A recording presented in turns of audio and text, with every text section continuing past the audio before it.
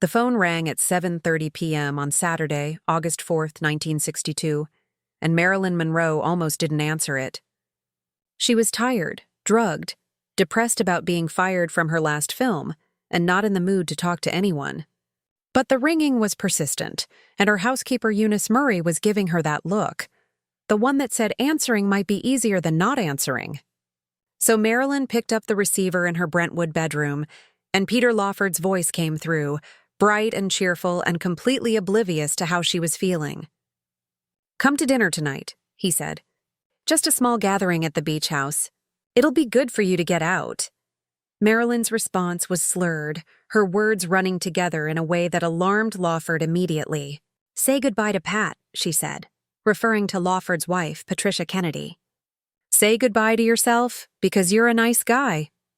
And then, in a tone that would haunt Lawford for the rest of his life, she added, "Say goodbye to the president." The line went dead. Peter Lawford stared at the phone in his hand, suddenly very afraid.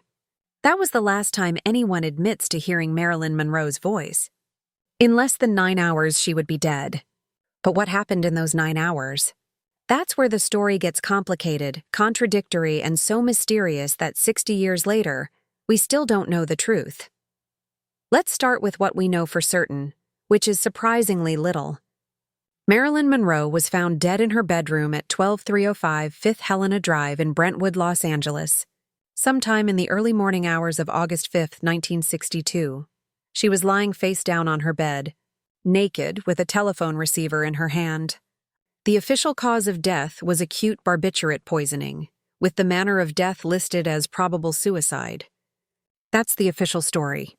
But the official story has so many holes, so many inconsistencies, so many contradictions in witness testimony, that it's created 60 years of conspiracy theories, investigations, and questions that remain unanswered.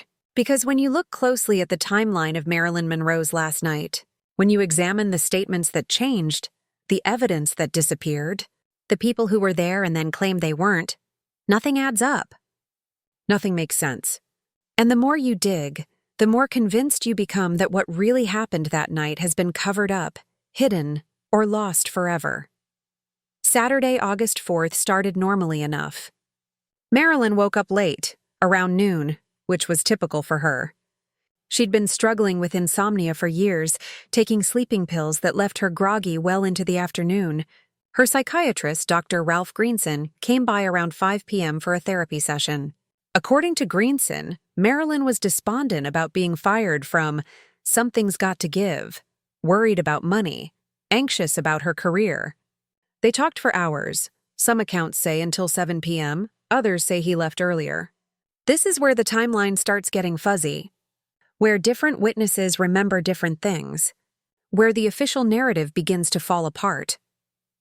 Dr. Greenson later testified that when he left around 7 p.m., Marilyn seemed calmer, ready to rest for the evening. Eunice Murray, the housekeeper, was there to stay overnight, as she often did. Everything seemed fine. Everything seemed normal. Except it wasn't. Because at 7:30 p.m., Marilyn made that strange phone call to Peter Lawford, the say-goodbye call that suggested something was very wrong. But here's the first major inconsistency. If Dr. Greenson left at 7 p.m. and everything was fine, what happened in that 30 minutes to make Marilyn sound drugged and suicidal when she talked to Lawford? Had she already started taking pills? Had something else happened? Nobody knows. And nobody asked these questions at the time, because by the time investigators started looking closely, the story had already been set in stone. But wait until you hear what Peter Lawford did after that disturbing phone call, because his actions that night have raised questions for decades. After Marilyn hung up on him, Peter Lawford was genuinely worried. He called his manager, Milton Ebbins, and told him about the strange conversation. Ebbins told him to call Marilyn's lawyer, Milton Rudin, who lived near her. Lawford called Rudin, who said he'd check on her. But here's what's strange. Nobody actually went to Marilyn's house that night. Not Lawford, not Ebbins, not Rudin. Lawford later said he wanted to drive over there himself. But his manager talked him out of it, worried about how it would look if a Kennedy brother-in-law was found at Marilyn Monroe's house in the middle of the night. So instead, they made phone calls, passed messages, and ultimately did nothing while Marilyn Monroe was dying alone in her bedroom. Or was she alone? That's where the story gets even more complicated. According to the official timeline, here's what supposedly happened. Eunice Murray went to bed around 10 p.m. She woke up around midnight, noticed light coming from under Marilyn's bedroom door, thought it was strange, but didn't check immediately. She went back to sleep. Around 3:30 a.m., she woke again, still saw the light, finally became concerned and tried Marilyn's door. It was locked. She called Dr. Greenson, who lived nearby. He arrived quickly, broke a window to get into the bedroom, and found Marilyn dead, lying face down, phone in hand. He called Dr. Hyman Engelberg, Marilyn's personal physician, who arrived and officially pronounced her dead at 3:50 a.m. Then they called the police. The police arrived at 4:25 a.m. That's the official story.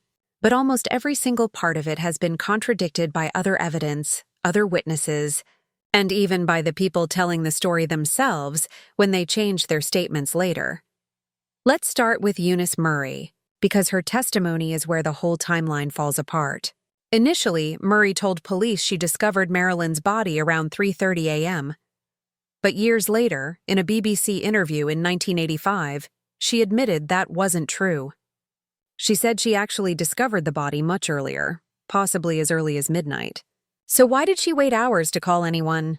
Why did the official timeline place the discovery at 3:30 a.m. when it might have happened 3.5 hours earlier? Murray never gave a satisfactory explanation. She just said, "Oh, it was all very confusing," and refused to elaborate. That's not confusing. That's suspicious. That suggests something happened during those missing hours that nobody wants to talk about. And here's where it gets even stranger. Several neighbors reported seeing an ambulance at Marilyn's house that night. Not in the morning after the body was discovered by police, but earlier, around midnight or 1 a.m. An ambulance company worker named Walter Schaefer later gave a deathbed interview claiming his company received a call to go to Marilyn Monroe's house, that they arrived to find her in distress, that they actually put her in the ambulance and she died on the way to the hospital or shortly after arrival. According to this account, her body was then brought back to the house and staged to look like she'd died in bed. This would explain the strange timeline, the changed testimonies, the missing hours. But it raises even more disturbing questions. If Marilyn was still alive at midnight, who called the ambulance? Why was her death then covered up? Who ordered her body returned to the house? Don't miss this next part, because now we have to talk about Robert Kennedy, and this is where the conspiracy theories get serious. There has always been speculation about whether Robert Kennedy, the Attorney General and President's brother, was in Los Angeles that night.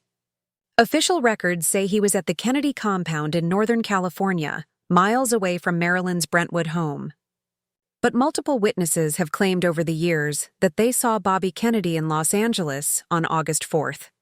Peter Lawford's wife, Patricia, later said Bobby was at their beach house that day. A neighbor of Marilyn's claimed to have seen a man matching Kennedy's description at the house that evening. And most significantly, Eunice Murray herself admitted in later years that Bobby Kennedy had been at the house that afternoon, though she was vague about exactly when he arrived or when he left. Why would Bobby Kennedy be at Marilyn's house on the day she died? The theory goes like this. Marilyn had become a liability to the Kennedy family. Her affairs with both the president and the attorney general were public secrets, and she was reportedly threatening to hold a press conference to reveal everything. The Kennedys needed her quiet, needed her controlled, needed her to go away. So Bobby came to Los Angeles to handle the situation. What handling the situation meant, nobody knows for certain. Some theories suggest he was trying to reason with her. Others suggest something far more sinister. But if Bobby Kennedy was at Marilyn's house that evening, and if Marilyn died that night, the implications are obvious and terrifying. The phone records are crucial here, or rather, the lack of phone records. Marilyn Monroe's telephone records for the day of her death disappeared. Completely vanished. These records would have shown exactly who she called and who called her in those final hours. They would have confirmed or denied whether she spoke to Robert Kennedy, whether the Lawford call was really her last conversation, whether anyone else was involved.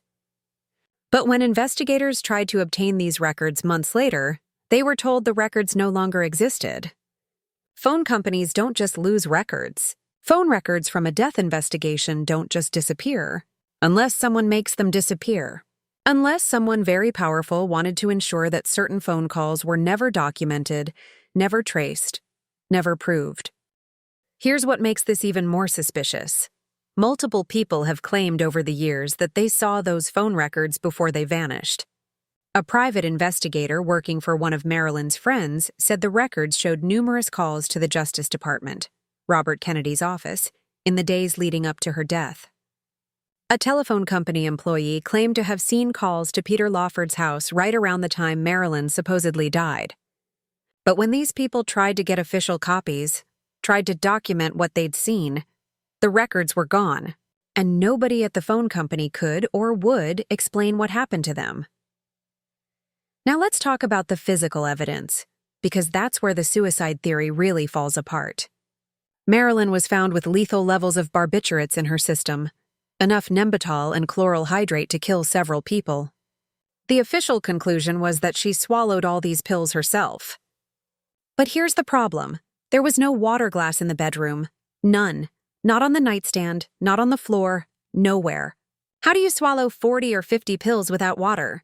The answer from authorities was that maybe she took them over several hours, maybe she used saliva, maybe she got water from the bathroom. But the bathroom was down the hall. If Marilyn was walking back and forth to the bathroom to get water to take pills, why did nobody hear her? Why didn't Eunice Murray, sleeping in the next room, notice anything? Moreover, the autopsy found no pill residue in Marilyn's stomach. None. If she'd swallowed dozens of pills, there should have been evidence of that. Pill capsules, residue, something. But her stomach was almost empty. The barbiturates were in her bloodstream and liver, but not in her digestive system. This has led some experts to suggest the drugs were administered another way, possibly by injection, possibly by enema. There was bruising on Marilyn's body that could suggest either method. But if the drugs were administered by someone else, then we're not talking about suicide anymore. We're talking about murder. Wait until you hear about the timeline of when authorities were actually notified. This is where the cover-up becomes obvious. If Marilyn's body was discovered at 3:30 a.m. and doctors were called immediately, why didn't police arrive until 4:25 a.m.? That's almost an hour gap. What were Dr. Greenson and Dr. Engelberg doing for an entire hour before calling the police? The official explanation is that they were confirming death, trying to revive her, making sure there was nothing they could do. But Marilyn was clearly dead when Greenson found her. Rigor mortis had already begun, suggesting she'd been dead for hours. There was no revival attempt to be made. So what were they really doing during that hour? Making phone calls? Cleaning up evidence? Coordinating stories? We'll never know, because both doctors took their secrets to their graves. And then there's the matter of the crime scene itself. By the time the police arrived, multiple people had been in and out of that bedroom. Dr. Greenson had broken the window to get in. Dr. Engelberg had been there. Eunice Murray had been in and out. The bed had been stripped, and the sheets were washing in the laundry. Murray admitted she'd started doing laundry before the police arrived, which is not normal behavior when you've just discovered your employer dead. The room had been tidied. Things had been moved. By the time investigators could actually examine the scene, it had been so contaminated that any real forensic evidence was useless. The investigating officer, Sergeant Jack Clemens, was the first policeman to arrive at the scene. Years later, he went on record saying he immediately felt something was wrong. The body was positioned too perfectly, like it had been arranged. Eunice Murray seemed evasive and nervous. The doctor seemed to be following a script. Clemens said he filed a report noting his suspicions, but that report disappeared from the files. He said he was told to stop asking questions, to accept the suicide ruling, to let it go. Clemens spent the rest of his life insisting that Marilyn Monroe did not kill herself, that her death was either accidental or deliberate murder, and that there was a cover-up at the highest levels of government. So what really happened on the night of August 4th, 1962? Let's look at the competing theories, because 60 years later, we still don't have a definitive answer. Theory 1. Suicide. Marilyn was depressed about being fired, worried about her career, isolated and alone. She intentionally took a lethal dose of barbiturates to end her life. This is the official story, but it doesn't explain the missing phone records, the timeline inconsistencies, the lack of water glass, the absence of pills in her stomach, the ambulance sightings, or why Eunice Murray changed her story. Theory 2. Accidental overdose. Marilyn was taking pills throughout the evening, lost track of how many she'd taken, and accidentally overdosed. This is possible and would explain some inconsistencies, except it doesn't explain why the discovery of the body was delayed, why phone records disappeared, or why there was potentially an ambulance at the house hours before the official timeline. Theory 3. Murder by Kennedy associates. Robert Kennedy or people acting on his behalf killed Marilyn to silence her, either through forced drug ingestion or injection. This explains the missing phone records, the covered-up timeline, the powerful forces that made evidence disappear. But it requires believing that the Attorney General of the United States was involved in murder, which is a massive accusation that has never been proven. Theory 4. Accidental death during encounter. Bobby Kennedy was at the house that evening. There was an argument or confrontation, and Marilyn either took or was given drugs to calm down. She accidentally overdosed, and Kennedy's people panicked and staged the scene to remove any Kennedy connection. This combines elements of accident and cover-up without requiring premeditated murder. Theory 5. Death by psychiatric treatment. Dr. Greenson was giving Marilyn controversial treatments, possibly including sedatives by injection or enema. An accidental overdose occurred during this treatment, and the scene was staged to protect Greenson's reputation and license. The truth might be some combination of these theories, or it might be something else entirely. What we know for certain is this: Marilyn Monroe died on August 5, 1962, with lethal levels of barbiturates in her system, and the circumstances surrounding her death have never been adequately explained. The official investigation was cursory at best, deliberately incomplete at worst. Evidence disappeared. Witnesses changed their stories. Powerful people had motives to ensure certain facts never came to light. And the woman at the center of it all, Marilyn Monroe, vulnerable and troubled and desperately in need of help, ended up dead in a way that benefited numerous people who wanted her silent. Peter Lawford lived with guilt for the rest of his life. He told friends he should have gone to Marilyn's house that night, should have insisted on checking on her, should have done more than make phone calls. He died in 1984, still haunted by the memory of her last words. Say goodbye to Pat. Say goodbye to yourself. Say goodbye to the president. Those words suggest Marilyn knew what was coming, knew she was in danger, knew this was goodbye. But goodbye from what? Suicide, accidental overdose, or something more sinister?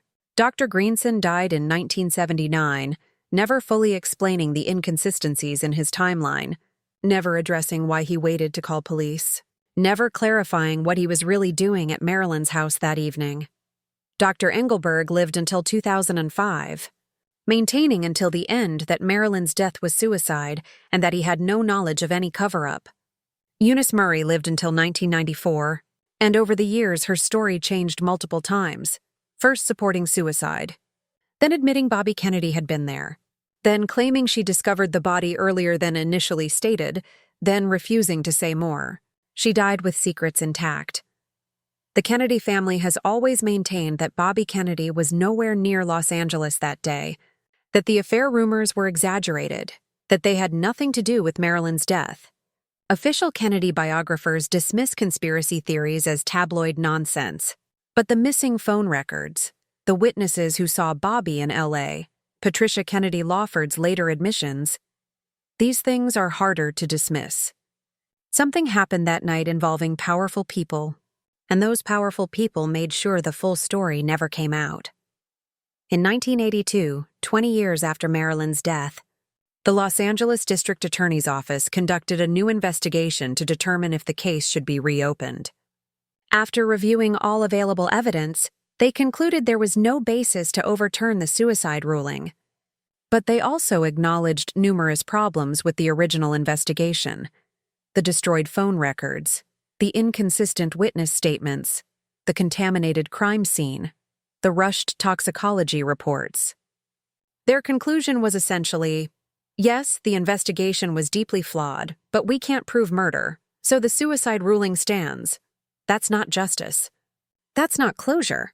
That's just accepting that we'll never know what really happened. What haunts people about Marilyn Monroe's death isn't just that she died young and tragically. It's that she died under circumstances that make no sense, surrounded by contradictions and cover-ups, with powerful people actively working to ensure certain facts stayed hidden. It's that a woman who was already vulnerable, already struggling, already asking for help, was failed so completely by everyone around her, her doctors, her friends, her lovers, the system that was supposed to protect her. Whether she took her own life, accidentally overdosed, or was killed by someone else, the result is the same. Marilyn Monroe died alone, and the people who could have saved her were either too busy covering their own interests or too late to help. The last photograph of Marilyn alive was taken that afternoon by a photographer she'd invited to document some Mexican artifacts she'd bought. In the photo, she looks tired but peaceful, sitting in her living room, surrounded by things she loved. Within hours, she would be dead. Looking at that photograph now, knowing what came next, it's almost unbearable. She had no idea those were her final hours. She had no idea she'd be gone before sunrise. She had no idea the world would spend the next 60 years trying to figure out what really happened to her that night. So here we are, 6 decades later, still asking the same questions. What happened during those missing hours between 8 p.m. and 3:30 a.m.? Why did Eunice Murray change her story? Where did the phone records go? Was Robert Kennedy really in Los Angeles? Who called the ambulance that neighbors reported? Why was there no water glass in the bedroom? How did all those pills get in Marilyn's system without leaving residue in her stomach? Why did doctors wait an hour to call police? What were they doing during that hour? Why was the crime scene contaminated before investigators arrived? Why did so much evidence disappear? Why did so many witnesses change their statements? Why has nobody ever given straight answers to these simple, reasonable questions? The answer might be that there's no single truth to discover. Maybe what happened that night was so chaotic, so compromised by drugs and panic and powerful people trying to protect themselves, that no coherent narrative exists. Maybe Marilyn Monroe's death was exactly what it appeared to be, a troubled woman taking too many pills, but the aftermath was hijacked by people trying to distance themselves from the tragedy. Or maybe something darker happened, something that powerful people successfully covered up, and we're left with just fragments and inconsistencies in theories. There's one more disturbing detail that rarely gets mentioned. Marilyn's body was found in a position that forensic experts say is inconsistent with someone who died from oral barbiturate overdose. She was lying perfectly face down, arms at her sides, legs straight, a position so staged-looking that it raised immediate red flags for the first officer on scene. People who die from drug overdoses typically show signs of distress, twisted sheets, awkward positioning, evidence of trying to reach a phone or bathroom. Marilyn looked like she'd been carefully placed on that bed. Her hair was brushed. The room was neat. It looked less like a death scene and more like a display. This observation, made by multiple investigators over the years, has never been adequately explained by those who maintain the suicide narrative. And then there's the matter of what was found in Marilyn's system versus what was found at the scene. The toxicology report showed lethal levels of both Nembutal and chloral hydrate. But according to Dr. Engelberg's records, he'd only prescribed Nembutal recently, and only 25 pills. Where did the chloral hydrate come from? Who prescribed that? There was no prescription bottle for chloral hydrate found at the scene, even though it was the substance that helped kill her. This suggests Marilyn either had access to medications beyond what her doctors knew about, or someone brought those drugs to her that night. Either way, it raises questions about who was supplying her medications, and whether someone gave her drugs specifically on August 4th. The FBI file on Marilyn Monroe Yes. J. Edgar Hoover had a file on her because of her Kennedy connections. Contains references to her death that have been heavily redacted. Entire pages are blacked out. Names are censored. When researchers have tried to get the full unredacted file through Freedom of Information Act requests, they've been told that portions must remain classified for national security reasons. National security? Why would a movie star's death involve national security unless there was government involvement? Unless protecting certain powerful people was deemed a matter of state interest? The existence of these redacted files doesn't prove conspiracy, but it certainly suggests that the official story of a simple celebrity suicide isn't the whole truth. What we know is this. Marilyn Monroe went to sleep on the night of August 4th, 1962, and never woke up. How she died, why she died, who was with her when she died. These questions remain unanswered despite decades of investigation, speculation, and analysis. The official story doesn't hold up under scrutiny. The conspiracy theories require believing things that can't be proven. And somewhere in between those extremes lies the truth about what really happened on Marilyn Monroe's last night. But that truth died with her, and with the people who were there, and with the evidence that conveniently disappeared. Which city are you watching from? Drop your location in the comments below. Now we want to hear from you. What do you think really happened that night? Was it suicide, accidental overdose, or something more sinister? Do you believe Robert Kennedy was involved? Why do you think so much evidence disappeared? Share your theories in the comments. If this story captivated you, don't forget to like this video and subscribe to Boulevard of Monroe for more stories about Hollywood's darkest mysteries, unsolved deaths, and the secrets powerful people tried to bury. Hit the notification bell so you never miss our next investigation.